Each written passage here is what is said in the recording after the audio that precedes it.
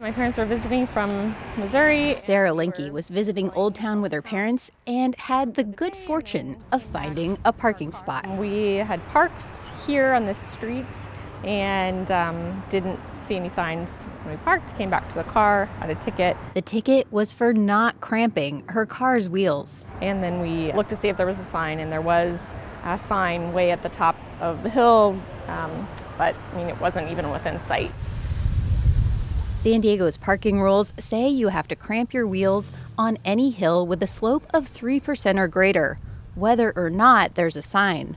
But how would you know what constitutes a 3% slope? Hold this level for me, just elevate this side until we get that bubble falls between those two lines. David Ramirez is with the San Diego Police Traffic Division. I will measure from the opposite side to get the rise. He usually measures slopes when investigating traffic collisions. To do it, you need a level, a tape measure, and some middle school math. For those who need a refresher, here you go. The length of the level is 48 inches. Ramirez holds it level with one end touching the higher ground, then measures the distance from the other end to the lower ground, or 1.25 inches.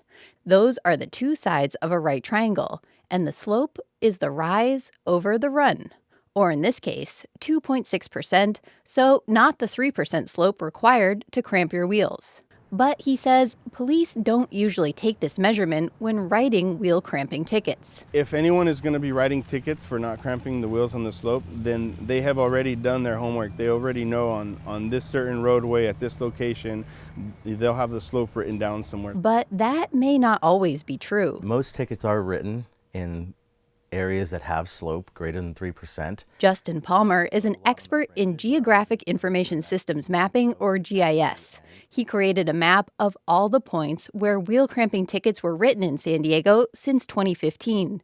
It was more than 40,000 tickets. Then he compared that with a map of elevations and slopes and found some tickets may have been written where they shouldn't have been. It did come out in the data that close to 10%, or maybe even a little over 10% of these points could have potentially been written in slopes less than 3%. But it's a little tricky to say this for sure.